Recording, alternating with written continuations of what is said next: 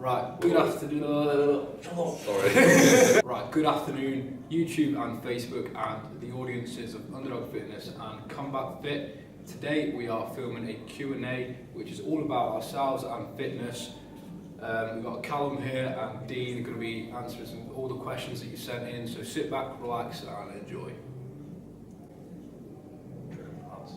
Right, so the first question we've had sent in is, how can I mix up my training so I don't always plateau?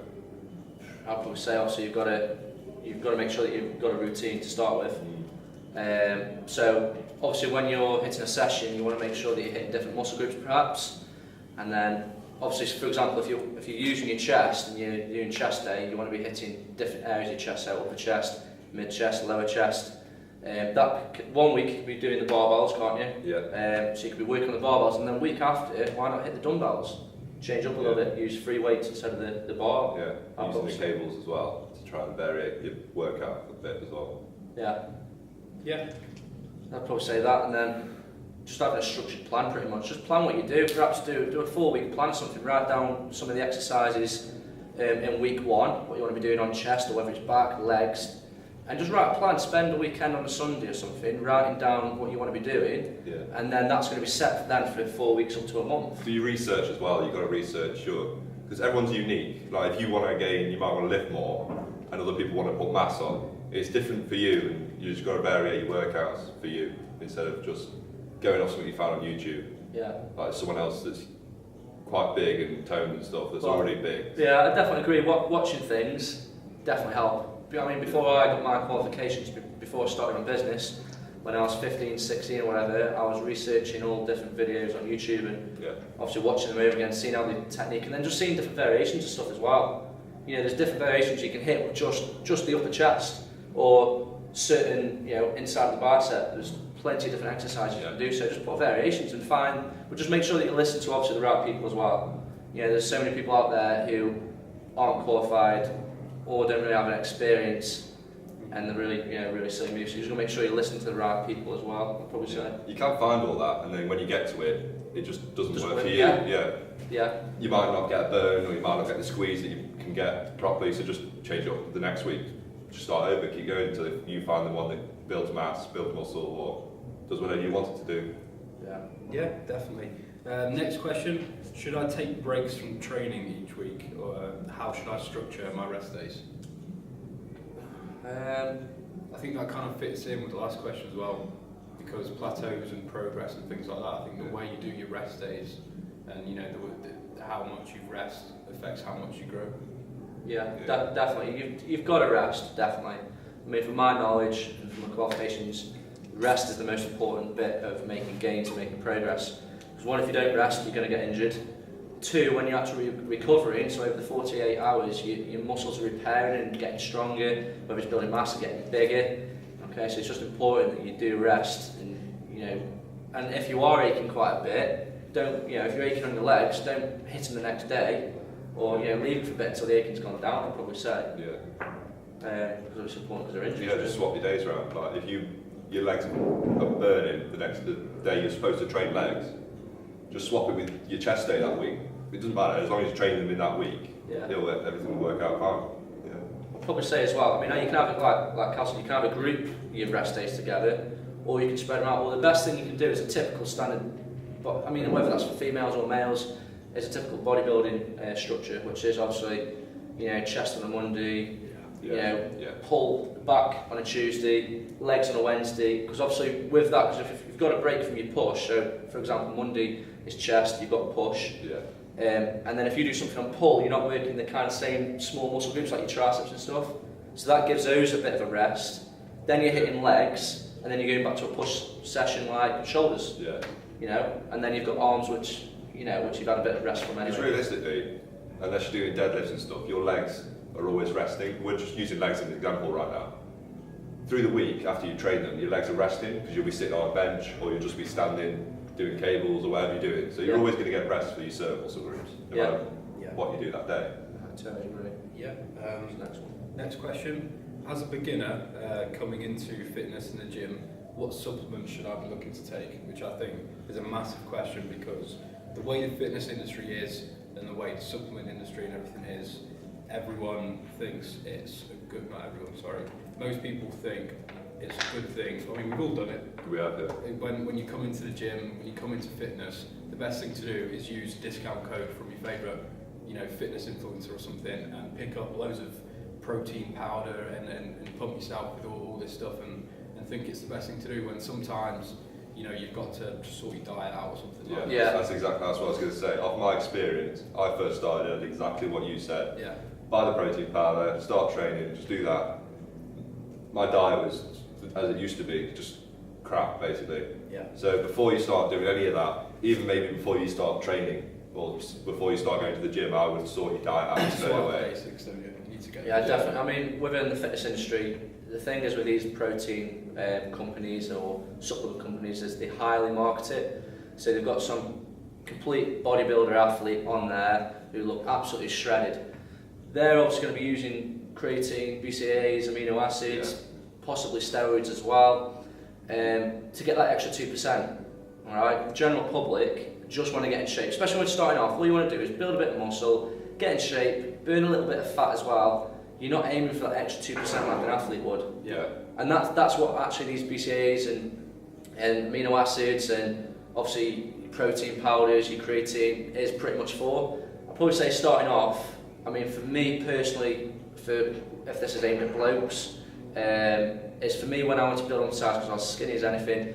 The first thing I started off was protein shakes, but make sure you have the right protein shakes, I'd probably say, because there's that much crap out there which are filled with anything and they just make you go podgy.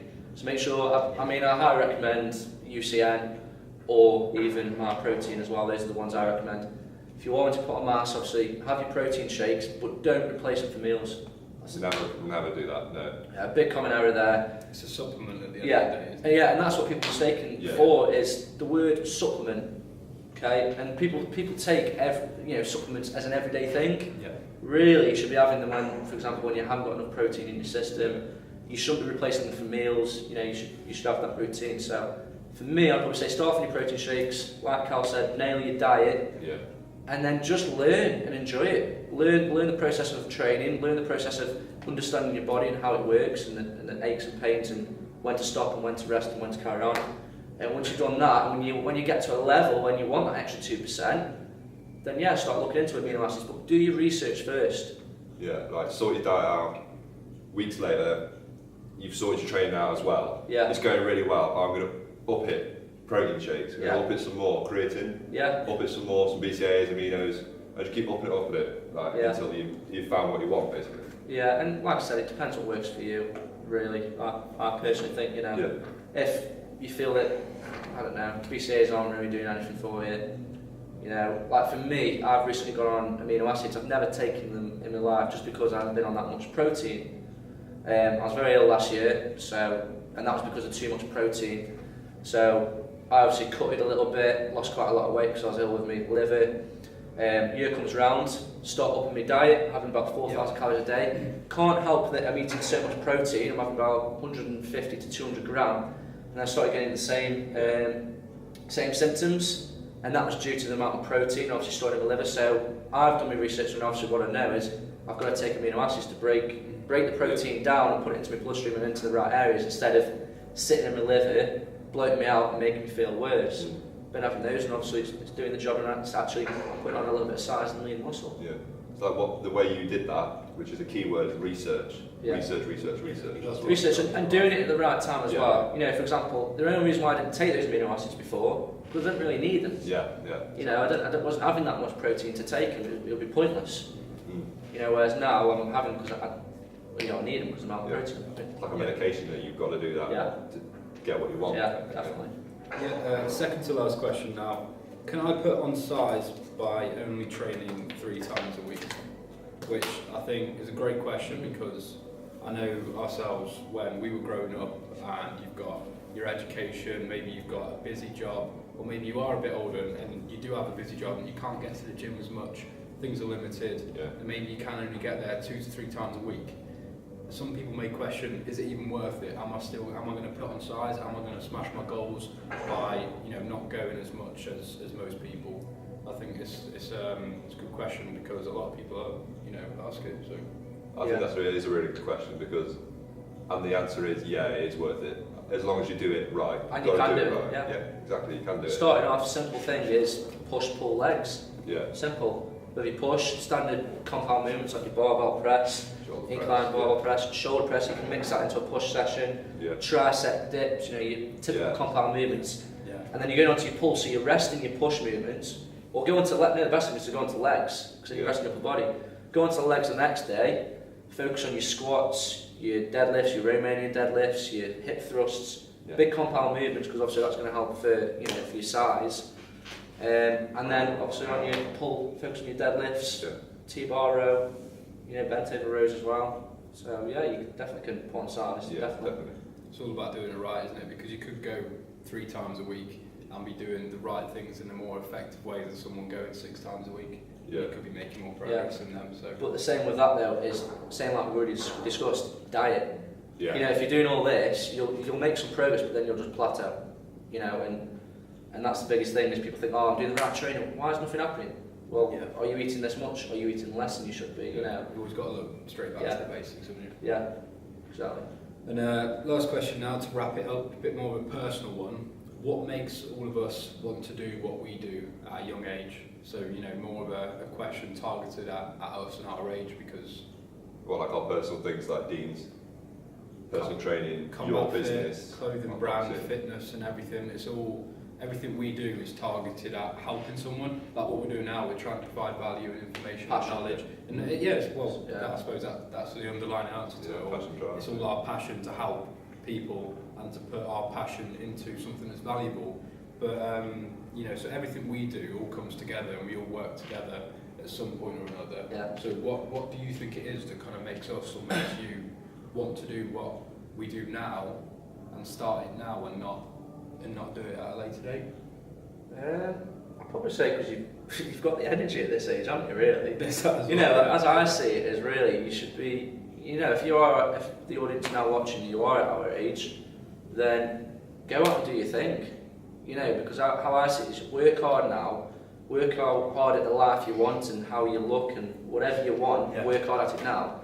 Then later in life, don't completely take a step off the gas pedal, but keep on it. But obviously you can enjoy yourself a little bit more when you're older. And you've got, obviously at the moment, some of you might have, but at our age, you haven't got kids, you're probably living at home as well. So you have technically got the easy life on that side of things. Yeah.